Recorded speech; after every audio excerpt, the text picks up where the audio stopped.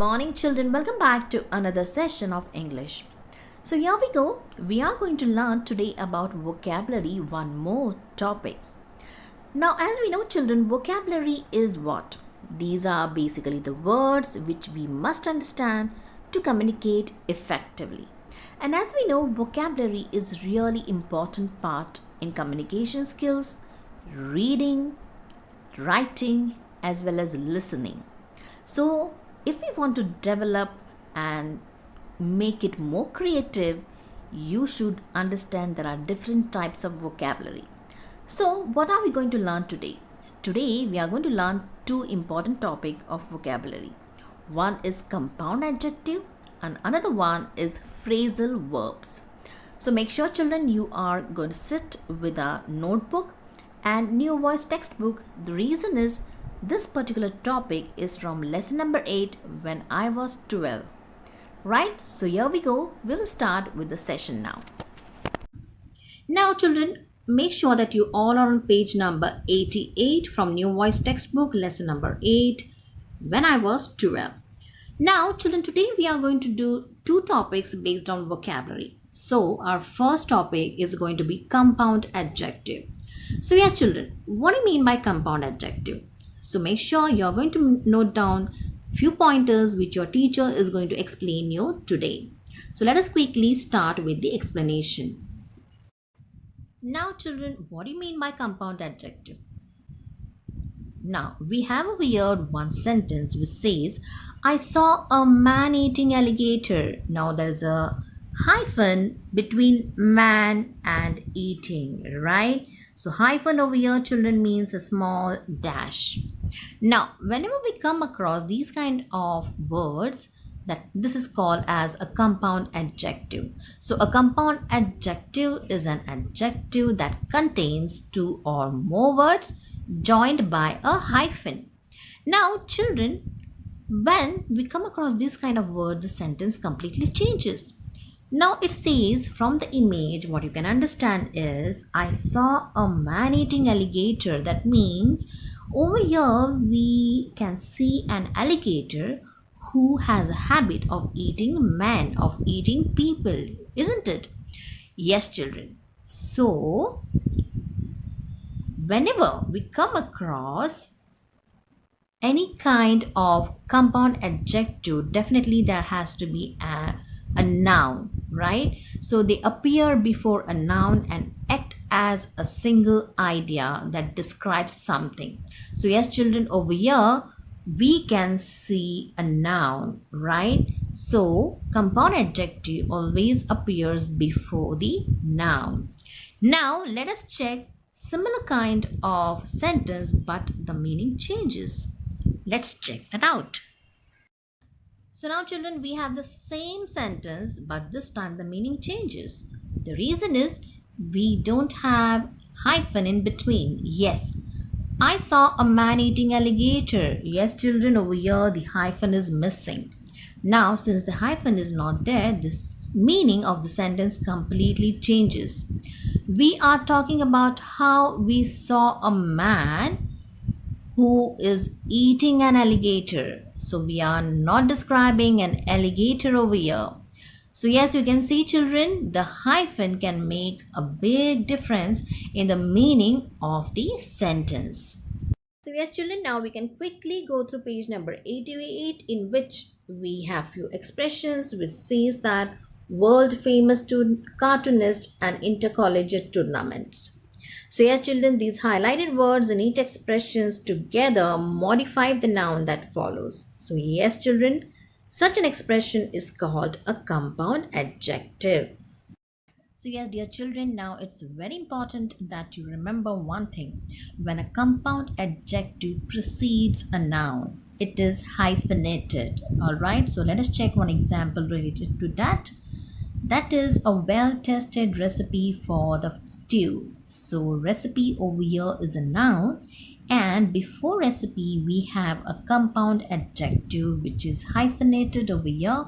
It's well-tested, right? Yes. Now it also says when it is used as a predicate it is not hyphenated. So yes children, over here It's not hyphenated. The reason is it is used as a predicate. So that recipe for the stew is well tested.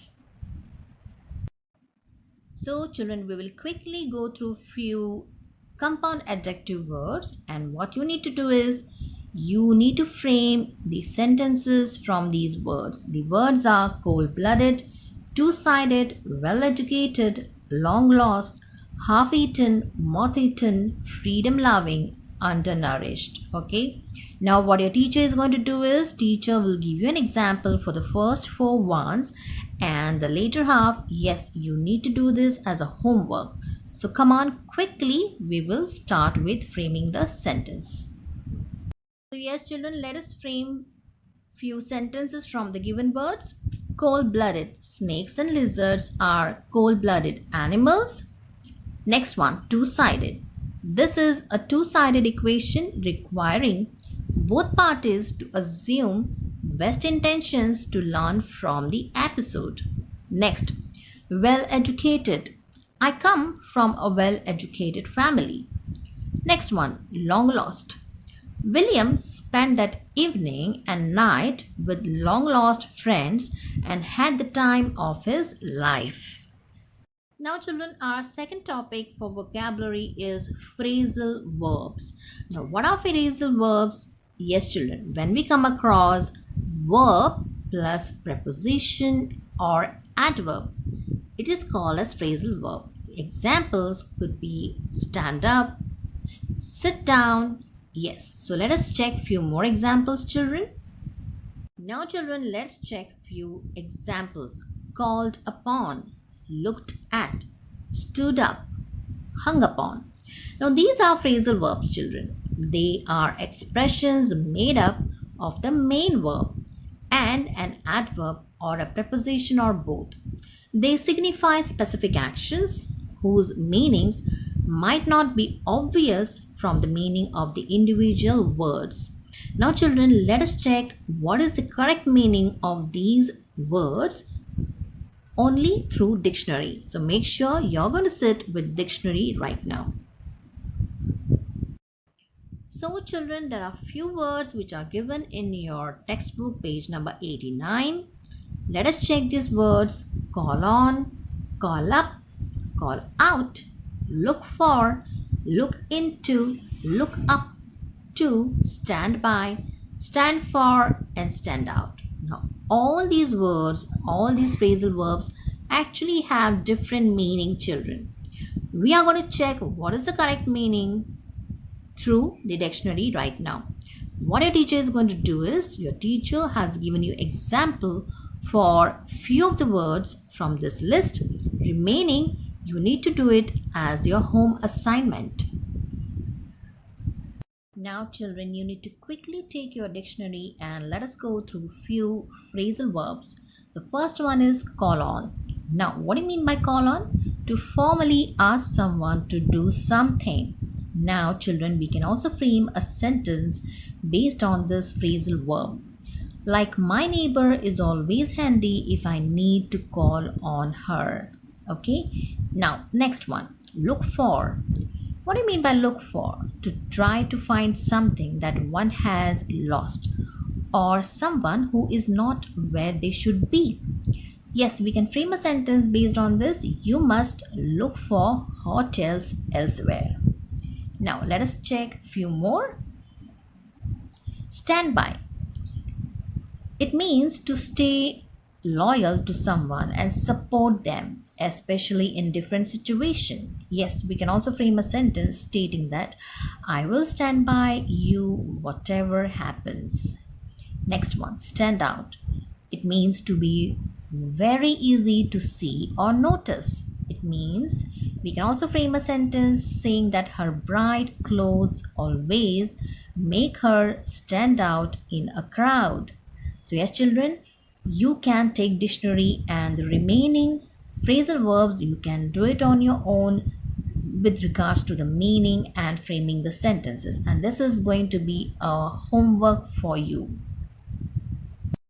So yes, dear children, today we did part 3 of lesson number 8 when I was 12, and also the vocabulary from behind the lesson. Make sure children, you are going to practice the entire lesson by reading it thoroughly, and also the vocabulary, which is really exciting and amazing, isn't it? So yes children, till we meet you again for the next session, take care. Bye bye.